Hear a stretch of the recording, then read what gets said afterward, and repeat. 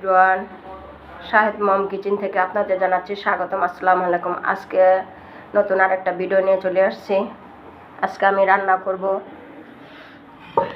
বেগুন আর আলু দিয়ে চিংড়ি মাছ দিয়ে পাতলা ঝোল। আমি এখন বেগুনটা কেটে নিব। আমার বেগুন আর আলুগুলো কাটা শেষ। এখন আমি ভালো করে ধুয়ে পরিষ্কার করে নিব।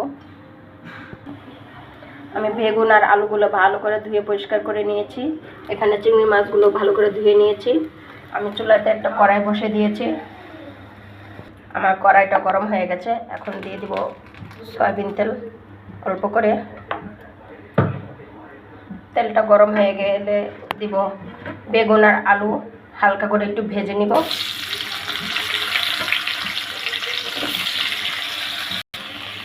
ভালো করে ভেজে নিব।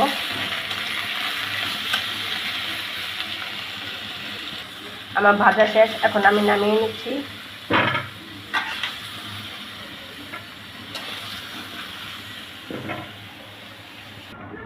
চুলাতে একটু তেল দিয়ে দিব কড়াইতে।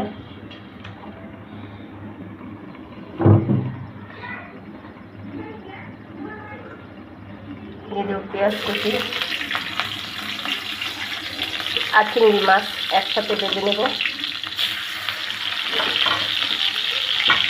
দেখুন আমার চিংড়ি মাছের কালারটা চেঞ্জ হয়ে গেছে। এখন দিয়ে দেব আধা চামচ হলুদের গুঁড়া,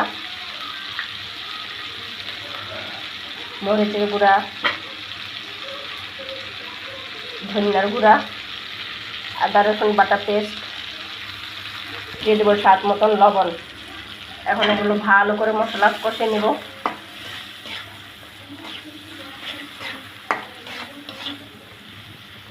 আমার মশলাটা ভালো করে কষানো হয়ে গেছে। দেখুন চারপাশ দিয়ে তেল বেশি উঠেছে।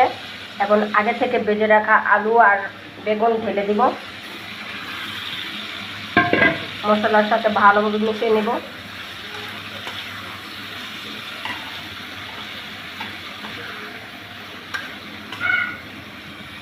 মশলার সাথে ভালোভাবে মিশিয়ে নিয়েছি। এখন দিয়ে দিব অল্প পরিমাণ পানি একটু কষিয়ে নেওয়ার জন্য।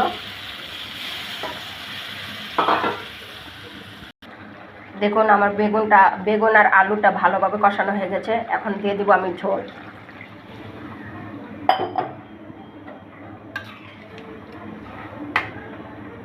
দিয়ে দিব টমেটো কাটা।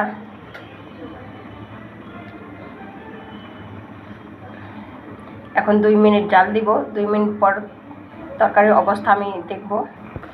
দেখুন 2 মিনিট পর আমার তরকারিটা কিন্তু হয়ে গেছে। এই পর্যায়ে দিয়ে দিব 3-4টা কাঁচামরিচ আর ধনিয়া পাতা কুচি। দেখুন তরকারিটির কালারটা কত সুন্দর হয়েছে।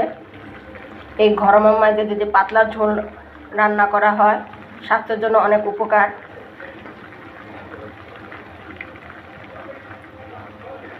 এখন আপনাদের আমি নাড়িয়ে দেখাচ্ছি।